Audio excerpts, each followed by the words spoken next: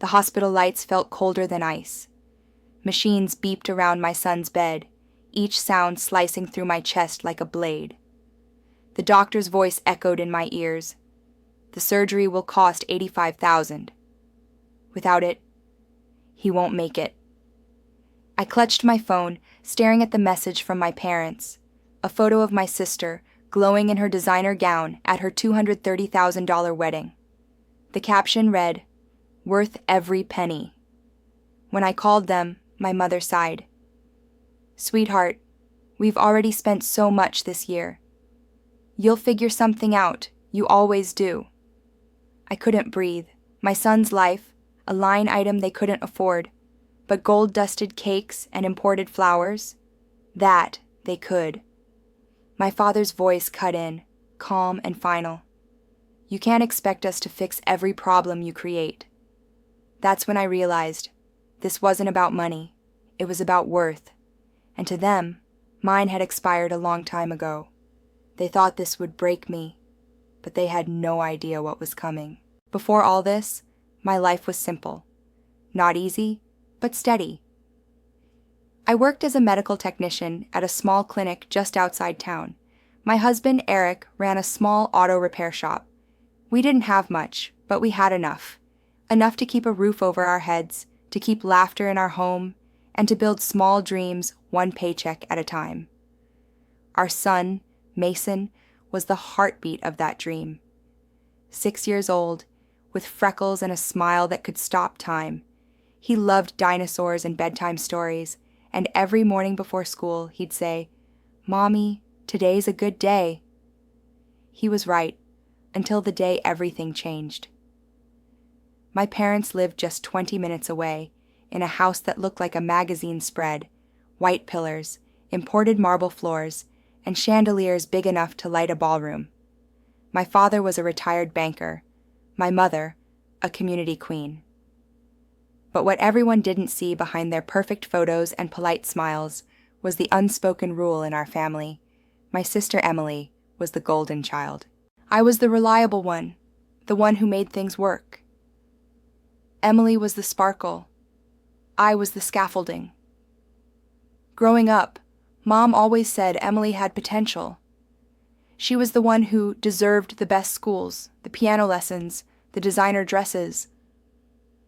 I was told I didn't need those things. I had sense, and I believed her. For years, I let them use my sense, my time, my money. When Dad needed help managing the rental properties, I handled it. When Mom wanted someone to stay overnight after her surgery, I took off work. When Emily maxed out her credit cards at 25, I helped her reorganize her finances by paying one of her bills. They always said, "You're the strong one, honey." But strength was just another word for sacrifice. The first real sting came last summer. It was Emily's engagement party, a backyard affair that looked more like a royal banquet. I showed up early to help, wearing a plain dress I'd saved for months to buy. Emily walked out in shimmering gold, her hair curled, her face glowing under the fairy lights. Mom took one look at me and said, "Oh, honey, next time, maybe something a little more festive. You blend in with the help." Everyone laughed, even Emily. The words stung more than they should have. I smiled anyway, pretending I didn't care, pretending it didn't echo in my head for weeks. Then came the wedding plans. They spared no expense. Destination venue, designer dress, imported orchids, a photographer from New York. Every time I heard a new number, my chest tightened. $230,000. They didn't blink. I remember sitting at the dinner table one night, quietly saying, "That's a lot for one day." Dad looked up from his glass and said, "It's her once-in-a-lifetime moment. You'll understand if you ever make something of yourself." Mom didn't even look at me. When Mason's diagnosis came, it was like the ground vanished beneath my feet. A rare heart defect, treatable, but urgent. The surgery would cost $85,000, and insurance wouldn't cover it. I sat in the hospital corridor, clutching his small hand, watching him breathe through the tubes. The walls hummed with machines, and my reflection in the glass looked like someone else's, hollow, fragile. Eric squeezed my shoulder. "We'll find a way," he whispered. I believed him, until the loans were denied and the crowdfunding page barely reached $2,000. That's when I called my parents. At first, I thought they'd help. How could they not? But the tone in my mother's voice told me everything before the words even landed. "We just can't bail you out again. You should have been more prepared. We already have so many expenses with Emily's wedding." And the final blow. "Don't make this about jealousy." That night, as I sat beside Mason's bed listening to the steady beep, beep, beep of the monitor, I made a silent promise. If my parents could spend a fortune proving Emily's worth to the world, then I'd spend my life proving mine in silence. But silence, I learned, doesn't stay quiet forever, and soon their perfect world would start to crack. After that phone call, something inside me broke quietly. Not like glass, more like ice. Slow, cracking from within, until one day it just gives way. Days blurred into nights in the hospital. The scent of antiseptic, the faint hum of fluorescent lights, the constant rhythm of the heart monitor. It all became the background music of my life. Eric worked double shifts, taking any job he could find, towing, deliveries, repairs in the freezing cold. He tried to stay strong, but sometimes I'd catch him sitting by the vending machine, his face buried in his hands. We were running out of time. One night, I scrolled through my sister's Instagram. Her bachelorette trip to Greece filled the screen. Rosé glasses, ocean sunsets, champagne towers. The caption read, "Surround yourself with people who lift you higher." I almost laughed. My son was fading in a hospital bed, and the people who were supposed to lift me had turned their backs. The comments were filled with mom's emojis and hard eyes. Dad had even written, "Our pride and joy." I wanted to throw the phone across the room, but I didn't, because Mason needed me calm. He needed my strength, not my rage. So I started doing what I always did, working the problem. I contacted charities, foundations, medical assistance programs. I begged strangers for help. One evening, a nurse named Lila stopped by Mason's room with a cup of coffee and a soft smile. She'd been watching us for days, quietly checking in. "You remind me of my sister," she said, "strong, even when it's unfair." That was the first time someone reminded me I wasn't alone. She helped me set up a proper fundraiser, wrote letters to local organizations, and even arranged a meeting with a hospital foundation that sometimes covered emergency surgeries. For a moment, hope flickered again. Then my parents showed up. It was a Thursday afternoon, rain drizzling down the hospital windows.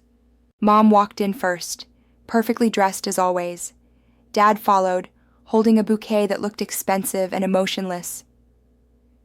"We came to see Mason," Mom said flatly, her eyes scanning the small hospital room like it offended her. Mason's face lit up. "Grandma," he said weakly, "did you bring me the toy car?" Her smile faltered. "Oh, sweetheart, Grandma forgot." He looked down, disappointed. I bit my lip. After a few awkward minutes of small talk, Dad cleared his throat. "We can offer 10,000, he said finally, "as a loan. You'll pay us back when you can." My heart sank. It wasn't generosity, it was business. "You spent more than that on the wedding photographer," I said quietly. Mom sighed dramatically. "This again? Can you stop comparing everything to your sister? Emily's wedding was planned for years. You can't expect us to destroy our finances because you didn't prepare." "Destroy your finances?" I whispered. "You just bought a new Mercedes." Dad's eyes narrowed. "Watch your tone." I felt the old dynamic return, the one where they were right and I was the problem. Mom stood up, brushing invisible lint from her sleeve. "Don't guilt trip us, dear. We've done enough. Maybe this is a lesson. You can't rely on others forever." They left a few minutes later, leaving behind the smell of expensive perfume and disappointment. Mason's hand was trembling when I turned back to him. "Mommy," he whispered, "did I do something bad?" That was the moment I broke. Tears came hot and heavy, and I pulled him close. "No, baby. You didn't do anything wrong. You're the best thing that ever happened to me." That night, I couldn't sleep. I stared out the hospital window, watching the rain streak the glass. Every drop felt like a countdown. My phone buzzed. A message from Lila. "The board is meeting tomorrow. I'll fight for Mason's case. Don't lose hope." I closed my eyes and whispered a thank you I couldn't say aloud. The next day, I went home to grab a few clothes. As I walked into our tiny living room, the answering machine light blinked. I pressed play. "This is your father. We've thought it over. If you go to the press or start some pity campaign, don't expect to be part of this family anymore." Silence. Then the click of disconnection.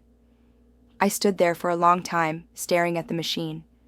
The walls felt smaller, the air heavier. But for the first time in my life, I didn't feel powerless. I felt something else rising inside me, something sharper than pain. They thought they'd isolated me. They didn't know they'd just made me unstoppable. That was the first time someone reminded me I wasn't alone. 2 weeks later, Mason's condition worsened. He was sleeping more, eating less. The doctors' voices grew quieter each day, their eyes more sympathetic. Every minute felt like sand slipping through my fingers. Then, just as hope began to dim, Lila burst into the room one morning, smiling through tears. "The foundation approved partial funding, $40,000. It's not everything, but it's a start." My knees almost gave out. Half. We were halfway there. Eric and I hugged her, relief flooding through us like sunlight after months of rain. But that light didn't last. Because a week later, an article appeared in the local paper. An anonymous insider had leaked that my family was begging for donations, despite wealthy parents who refused to help. The reporter quoted a family source who said I'd always been jealous of my sister's success. My hands trembled as I read it. The words were soaked in poison, and I didn't need to guess who had poured it. That night, my phone lit up again. "Mom, what have you done?" she snapped the moment I answered. "That article is humiliating. Everyone in our church group is talking about it." "You think I wrote it?" I said, stunned. "Don't play innocent. You always find a way to make yourself the victim." "Mom, I'm trying to save your grandson's life. You should have thought about that before dragging our name through the mud." Her voice was trembling, not from guilt, but from fear of losing control. "I didn't write the article," I said coldly, "but maybe people should know who you really are." There was silence on the line, then her voice, sharp as glass. "If you keep this up, don't expect a single cent or a family to come back to." The line went dead. By the weekend, they'd gone further. I learned from a neighbor that my parents had visited our church, telling people that I'd mismanaged money, refused help, and liked attention. It worked. People stopped calling. Donations slowed. Even my own aunt texted, "Your parents are heartbroken. Maybe apologize?" I felt like I was drowning. Every attempt to rise was pulled back down by their lies. That night, Eric said quietly, "We can't keep waiting for them to do the right thing." He was right. So I began documenting everything. Every call, every message, every receipt from the wedding that proved how much they'd spent on Emily while refusing their grandson's surgery. And then one night, while going through old boxes in the attic, I found it. Proof I didn't even know existed. A bank statement, dated a year before, showing a trust fund in my name that I'd never touched. A college account my grandparents had set up for future emergencies, meant equally for both daughters. My parents had drained mine completely to help pay for Emily's wedding. I stared at the numbers until they blurred. It wasn't just favoritism, it was theft. I brought the file to a friend of Eric's, a quiet lawyer named Dan, who'd helped him with business taxes once. He flipped through the pages, whistling low. If this is accurate, it's not just unethical. It's actionable. Especially if they used your portion without consent. Can we do something? I asked. Oh, we can do something, he said. But first, let them think they still have control. Let them overplay their hand. For the first time in months, I felt calm. Not because the pain had faded, but because I finally saw a path forward. The next Sunday, my parents hosted a lavish post-wedding brunch at their country club. I wasn't invited, of course.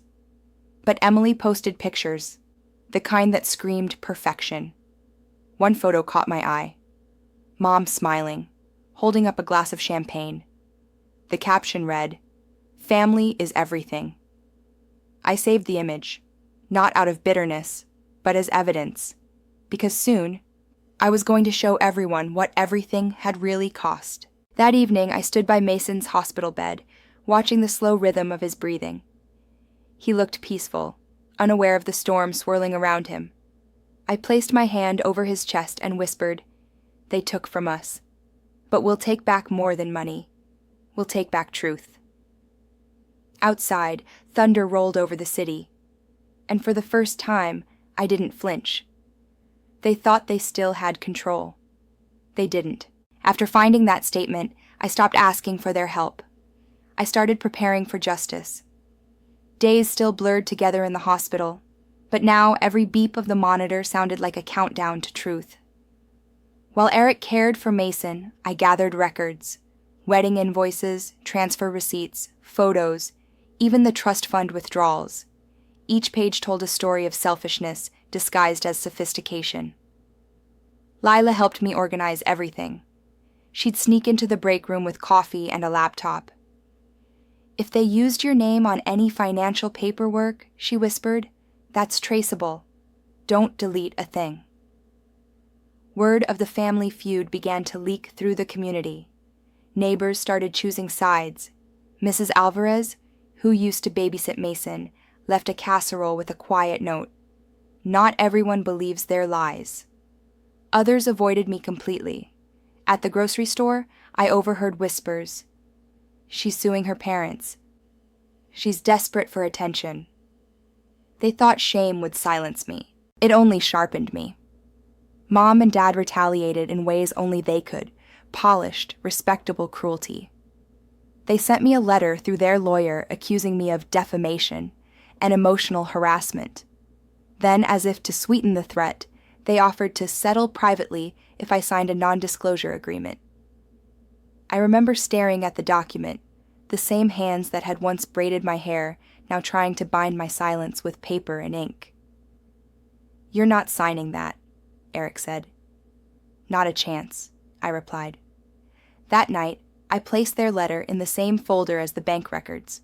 Every piece of paper was another brick in the wall they were building around themselves, and soon it would collapse inward. Meanwhile, the foundation came through again. Another donation arrived, an anonymous $20,000. We were close, so painfully close. When the hospital board announced they'd cover the remaining cost, I almost couldn't believe it. After months of humiliation, we finally had enough. Mason's surgery was scheduled for early spring, but peace didn't last long. The night before the operation, my phone buzzed. A message from Emily. "You could have just asked me instead of turning the whole town against us." Attached was a photo of her mother crying on the couch, face in her hands. "She hasn't slept in days," Emily wrote. "Do you feel good about that?" For a moment, guilt twisted in my chest. Then I looked at Mason, pale, fragile, fighting for air, and the guilt turned to fire. "Tell Mom," I replied. "I finally understand what sleepless nights feel like." The surgery succeeded. Mason survived. When the doctor said the words, "He's going to be okay," I broke down in the hallway, clutching Eric as if my bones couldn't hold the joy. But even as relief washed over me, I knew the war wasn't over. It had just changed shape. Because when the bills cleared, I noticed something strange. One payment had been made directly from my own dormant savings account. A transfer authorized by my father months earlier. He had used my name again, this time illegally. Dan, the lawyer, smiled grimly when I showed him the statement. "They're done," he said. "All you need to do is decide how public you want this to be." I hesitated. Part of me still wanted peace. Part of me wanted to walk away and never see them again. But then I remembered Mason's question. Did I do something bad? No, he hadn't. And he deserved to know that sometimes the right thing is fighting back. So I filed the case. Quietly. Not for revenge, but for accountability.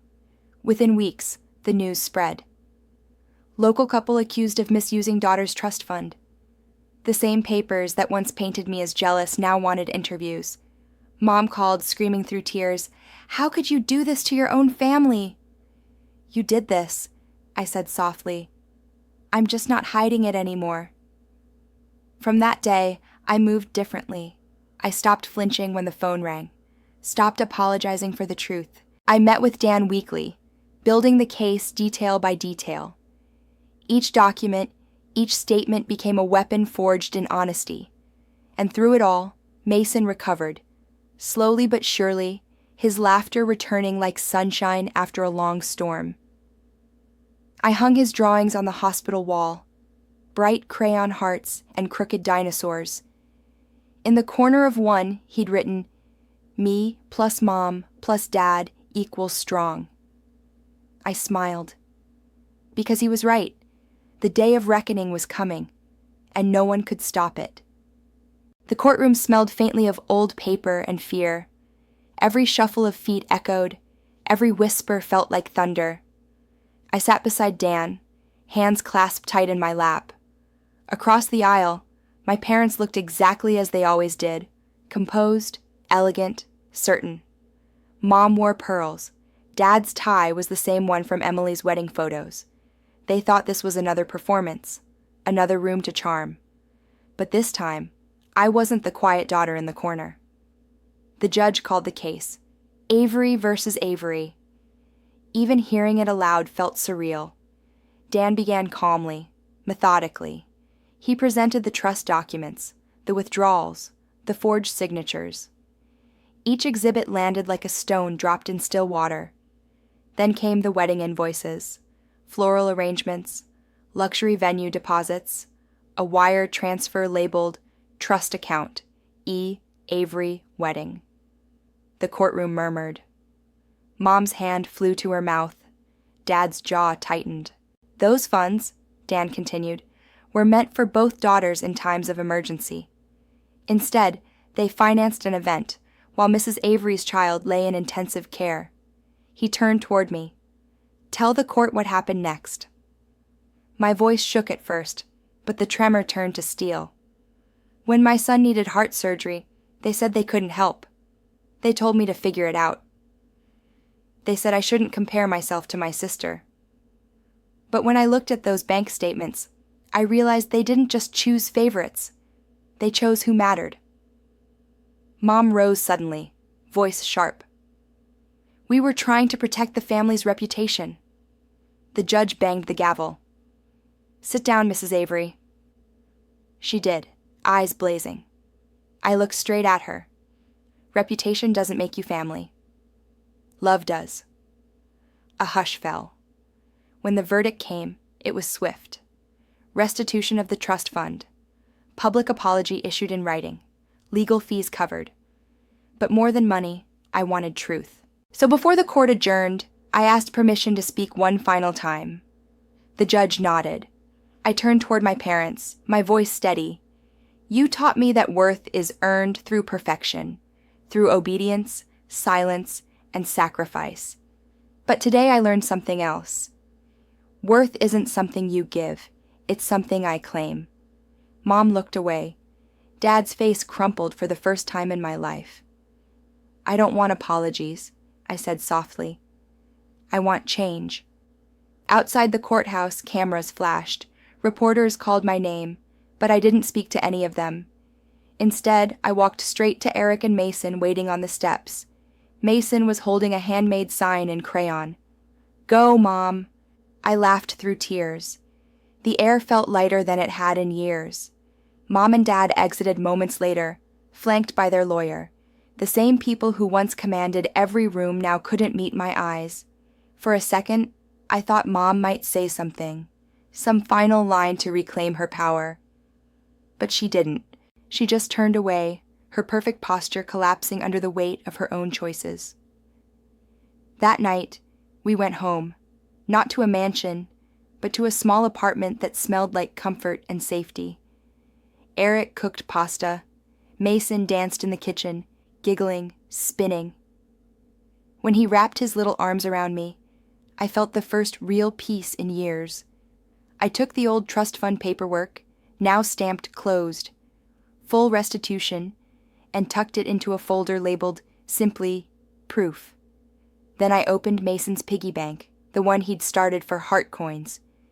We added a $2 bill, folded neatly, right in the center. A symbol, not of money, but of what we'd survived. Later, as I watched Mason sleep, the moonlight spilling across his blanket, I realized the silence in my head was finally gone. No more echoes of my parents' voices telling me what I wasn't. Only one truth remained.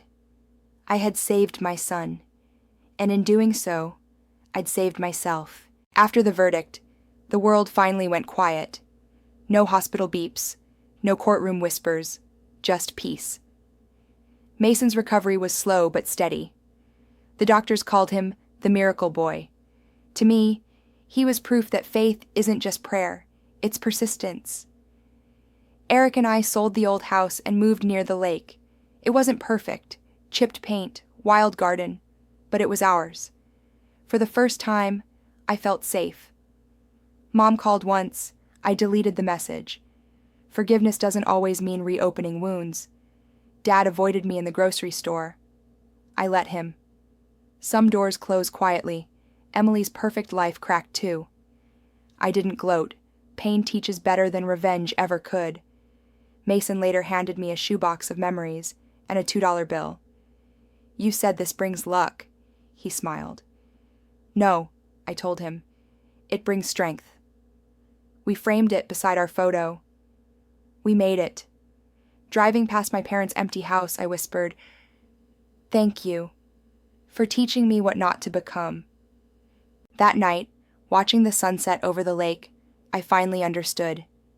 I hadn't been broken. I'd been rebuilt. This wasn't the end. It was the beginning. If you've ever felt like the people who should have protected you were the ones who broke you, I see you. This story isn't just mine. It's for every son, daughter, or parent who's been told they owe their family their peace, their savings, or their soul. Sometimes walking away isn't cruel. It's courageous. Sometimes saying no isn't betrayal. It's survival.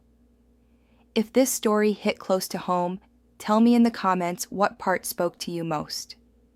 And if you've ever had to rebuild your life from the ashes of betrayal, remember, you didn't lose your worth. They just couldn't see it.